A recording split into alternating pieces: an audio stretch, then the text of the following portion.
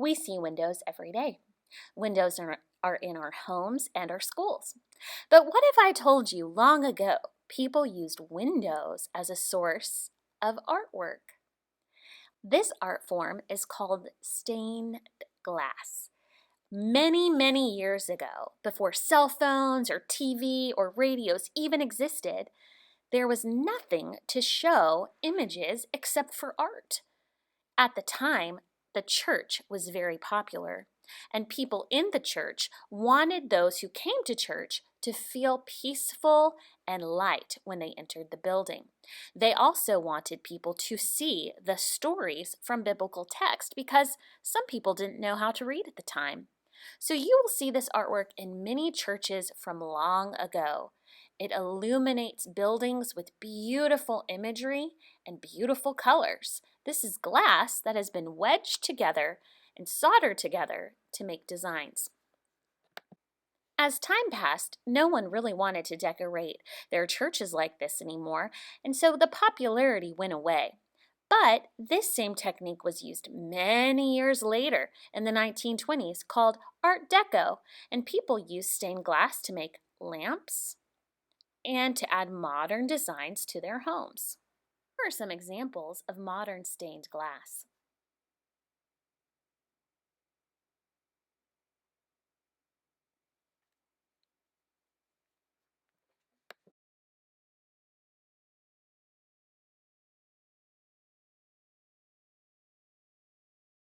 Today, we will be making a painting that reminds us of stained glass artwork. I'm giving you a piece of paper and we want to make it vertically, which is up and down. Once you get that piece of paper, I want you to find the tippy top and draw a line coming somewhat down into the middle. Don't draw the line, but just find the middle. We're going to start by making an arch, like a rainbow curve, and then we're going to bring it down to a diagonal slant. That's part of a heart. Now we're going to try to match that other side, and that's called symmetry. We want it to be similar, and I'll show you a trick in class that will help us get that down. We'll practice making symmetrical hearts in class, but we want to try to keep them even. If you mess up, flip it over and try again on the back. You're just going to go down, boop, boop, boop, boop, find the somewhat upper center, go around in that curved line, come down with a slant. And then we're trying to match that other side to give it symmetry. We want it to look somewhat symmetrical. And ta-da. The next thing you'll need is a ruler. We're going to break this heart into sections like stained glass windows had little pieces that were separated by a metal lining. So we're going to use our rulers to create sections in our heart. So that's one line down the center and one line going across.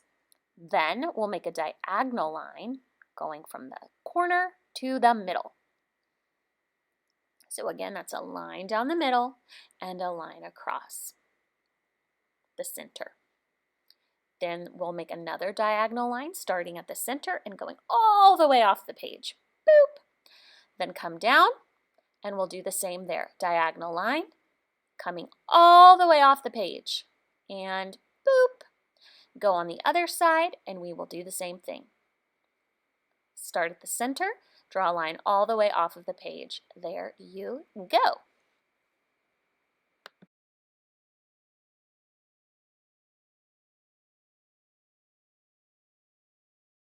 Stained glass windows are actually held together by strong lead, and we're going to show that by using a special type of paint. But for now, we need to outline all of those lines we did in pencil with a black marker. This is so we know where to place our special paint when we go in to add that to our picture. So outline everything that you did in pencil with a Sharpie. Stained glass windows are held together by a strong lead. We are drawing these black lines to make it look like our picture is being held together as well.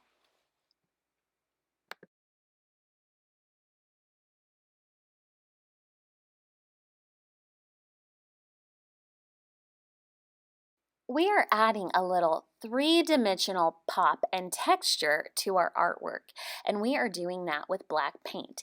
In class, I'll show you exactly how to use the bottles you have. I want you to point the bottle up and down, and we are going to trace over the black lines only.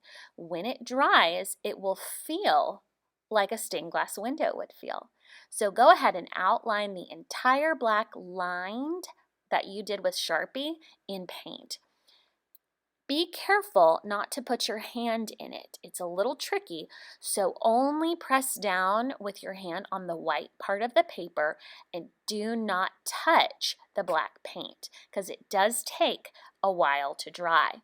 So be very careful when you're outlining that artwork. Notice how my hand is not dragging on the paper, but it's going up and down. And I made a small little mistake there, and that's okay. I'll help you if you need help in class. The tricky part will be taking this to the drying rack. When you take it to the drying rack, make sure that you're not touching the glue at all. You want to put your hand underneath it and only hold the white part where there is no black, and carry it very carefully to the black drying rack and just lay it on top or lift it and go to the next layer. Once it's dry, we will then be ready to paint. We are using cool and warm colors to paint this heart. In the inside, I'm going to use warm colors, red, orange, and yellow. If you just want to use red and orange, you can. If you just want to use yellow and red, you can.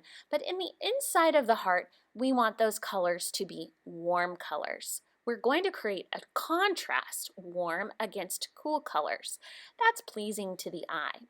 So I would only use the colors inside of the heart to be red, yellow, or orange. If you want to paint it all red, you can do that. Or if you want to paint it all orange, you can do that, but use a warm color. One way to help you remember what warm colors are, it's colors that make you think of the hot sun or fire. So those would not be blue, green, or purple, but they would be reds, yellows, and oranges.